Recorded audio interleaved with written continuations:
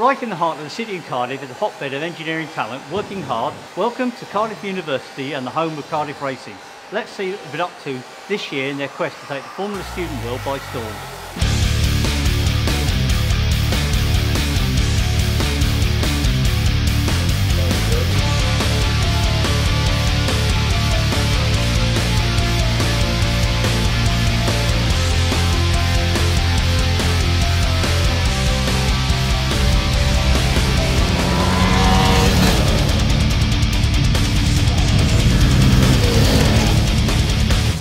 So looking at the progress you've made then, how much more is there to do?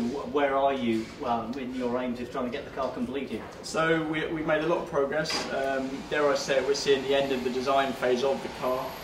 So currently for suspension we're looking at managing suppliers. The parts have been set out after being designed. So it's a case of getting them in at the right time, making sure everything fits. In terms of engine, the loom is being manufactured as we speak. The chassis is basically there, as you can see, so this is a big half and we'll see the other half later. So for this year, a big thing was we want to bring the car deadline earlier, because we've noticed from lots of years we need lots of testing time. So previously we've sometimes completed our car in about June, so there's a big drive to get this car finished very, very early. So our deadline is actually in mid-April, which we hope to hit. So that's why a lot of the progress has been really kind of ramped along this year, and we're very pleased with where we are at the minute. So you haven't got long then? No, we haven't got long, but we're fairly confident that we'll get there. So it's just a case, as I say at the moment, of managing suppliers, managing the manufacture of the car, but in essence the design is there. Okay, so we're now going to have a look at the chassis of the 2016 car, and Andy's going to talk us through some of the key components, how this chassis is being made up. So can you just talk us through exactly the developments that have gone into this new space frame part of this car this year? So this year our chassis is made up of front half monocoque, and then this is our rear space frame. So this is very similar to last year. This space frame has actually been redesigned, but this year that's different is we've now got a backplate on the rear. So previously it was a steel tube structure. So this we have mounted on our stretcher differential. So the thing with this year is we've kind of shortened the space frame down to shorten the wheelbase of the car. How exactly do you go about knowing where to put all the tubes? Is there some kind of load analysis that goes on with this? Yes, this? so there's something called the SES, so Structural Frequency Spreadsheet. So the Formula Student competitions dictate a set number of rules. So basically, in essence, this space frame has to be strong enough to a criteria that they set. So this space frame, once it undergoes FEA, so finite element analysis, to check it's all strong enough, check the stresses are all okay, and it's then designed in CAD with thoughts towards how it will be manufactured. So obviously you need to design something that can be physically manufactured. So this has taken a huge number of hours to get sorted, and then obviously in terms of manufacture it's basically just a massive jigsaw puzzle that needs to be welded all together. And on looking at the space frame then, these lugs at the back here, that's where the cockpit attaches to? Yep, so the front monocoque, which is made from aluminium honeycomb, will basically in essence bolt to that. So then we have our full chassis, which then all the unsprung mass for the suspension and all of our various other components are bolted together. So Andy, we're looking at I assume it's the cockpit, which is going to go on the front of the space frame? Yep, so this is the front monocoque, so this is made from aluminium honeycomb. So this is something we've used for the last number of years. So this material is quite popular in aerospace. So Cardiff Racing is one of the few Formula Student teams that actually uses this material as their front monocoque. So other teams, for example, use a full tubular space frame. Really? So they have the weight penalty that comes with as well? In essence, yes. But then obviously with their tubular space frame, they've got a lot of air gaps. And they basically just mould over like a fiberglass cover effectively. And do many of them use composites for the cockpit, or is that very much frowned on? No composites. Obviously that's the way the industry is going. Composites are much lighter. In effect this is a composite, but yeah, as I say, a lot of teams do use carbon, but then with that you need a much bigger budget. So Cardiff Racing doesn't have the biggest budget out of everyone by any means.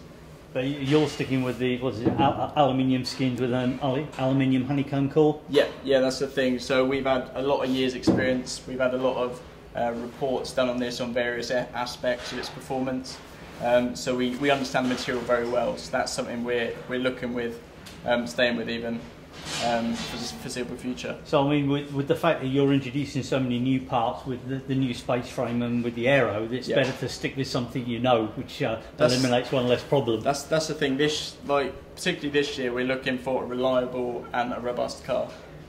So you make changes here and there, but you don't want to change the whole car all at once, because that's when you get poor reliability. And to score points, we need to finish the race effectively. So this is one of the things we've kind of kept fairly similar, and then we've been slightly more radical on the rear of the car. And how much more work do you think is needed on this tub to finish it then? So in terms of this tub, so this was manufactured at the back end of 2015. So for a lot of the parts that we need to bolt on, by the rules, we're required to bond in inserts. So for example, we've got the suspension hard points that have been bonded in, and also for some of the seatbelt mounts and other attachments, there are a few inserts that need bonding in, but in essence this front monocoque is complete. So in the next couple of weeks this is going to be sent away for vinyl. So our vinyl has been designed by one of our volunteers, and we'll then get our sponsors' logos all over the car, and then it's a case of, as I say, putting all the other bits of the jigsaw puzzle together. So there'll be no paint on this, you're just going to wrap it and keep the weight down? That's the thing, we go with vinyl because obviously you want a car that looks good, so vinyl is one of the lightest weight options effectively. Well, you're progressing well, you've obviously got a tight deadline. I wish you all success with this. Thank you, cheers. So for this year, the team are going to run aerodynamics on their car, and Sean is going to take us through exactly what they've got planned, and we'll look at some of the composites and how they're made up. So what exactly have we got here then, Sean? So it's still a little bit in parts, it's still in the manufacturing phase at the moment, but here are some of the front end plates and then a rear end plate with some wing inserts for the cords to hopefully hold it all together once it's made. We're looking at 2 elements on the front wing and then a 3-element rear wing, all comprising of the same profile, the same NACA profile, just so we can make moulds a bit easier, having only 2 moulds for all of the wing package on the car. So that's the end plate, and this is the front is towards me. Yeah. And so and that's exactly how the elements will appear. The wings will appear on those end plates. Yeah, pretty much. So these are the little cord inserts. They actually fit in just the ends of each of the carbon fibre elements.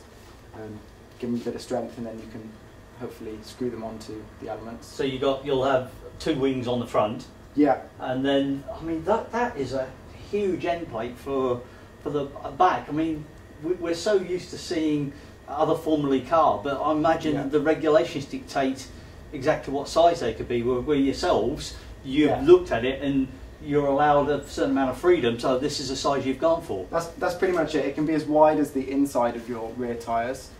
You've got a height restriction and a length restriction off the back of the car in relation to your rear wheels. But we've gone for quite a large rear end plate just to keep the low pressure on the underside of the wings, which is actually what makes your downforce on the underside of the wings. Keep it under the wing and stop it escaping, so on the front, escaping underneath and outside of your wing, and you lose your downforce. Wings have got to be typically quite big for Formula Student because the average speed is quite slow, probably 30-40 mile an hour. So they've got to be quite large to generate your required downforce, which is what you want. And then the thickness of these, we're looking what, about 5 or 6 mil thick? Yeah, so it's a 3-ply layup on each side of a 5 mil Nomex honeycomb. So this isn't solid carbon. So people might look at that and think it's solid, but it's not. No, it's not solid. It's just got basically an internal honeycomb core to spread out the carbon to. And then how many plies either side of the core have you got? 3 plies either side. Okay. Of pre-preg carbon, just so we can get enough resin to give it a lovely surface finish on the outside. And how difficult is it going to be to maybe mount that wing onto the nose? That must bring some challenge in itself. Yeah. So with our aluminium honeycomb monocoque at the front, we're going to have 4 end plates at the front, these 2 being the outer ones, and then another 2 inner close to the aluminium honeycomb, and then we're going to have bolts through that effectively will shear off in the event of an accident. just so it doesn't impact on the nose cone. These are the elements that you'll be making the wings from, are they? Yeah, so these are the smaller 200mm chord length wings, and they're in 2 halves at the moment, but they're ready to hopefully go together pretty soon to make a whole wing profile, and we'll just repeat the process again and again for all the wings we need. It's still a little bit flexible at the moment. What it's going to have is one of these at each end to bond it in to bond it to the end plates, and then there's some foam cut across for the leading edge to give a little bit of stiffness, but to bond each half together, and then occasional spars running down. And will the spars be foam, or you actually the spars will be foam, made from the same Rosal foam, the same as the moulds that are made from. And all this has been developed in-house in these labs? Yeah, in the lab we're in here, we spent hours, laying up, making a mould, sanding it, and pretty much all of it has been done by students, which is nice because some of the other areas of the car have to be outsourced, but it's been done pretty much. It's nice to be able to take stuff in-house then. Yeah. Well, thank you very much, and let's hope the aero package works well for you this year. Oh yeah, cheers, thank you very much. We've just taken delivery of our new Axminster IKX3 CNC mill. Yeah, it's looking very good. We've got the guys from Axminster coming in tomorrow to start on the training, and then hopefully over the next month we're going to start to make 2 parts, and we'll keep you updated on that. Hopefully by the next episode we'll have something to show you, and we'd like to thank Axminster for giving us this support. Cool.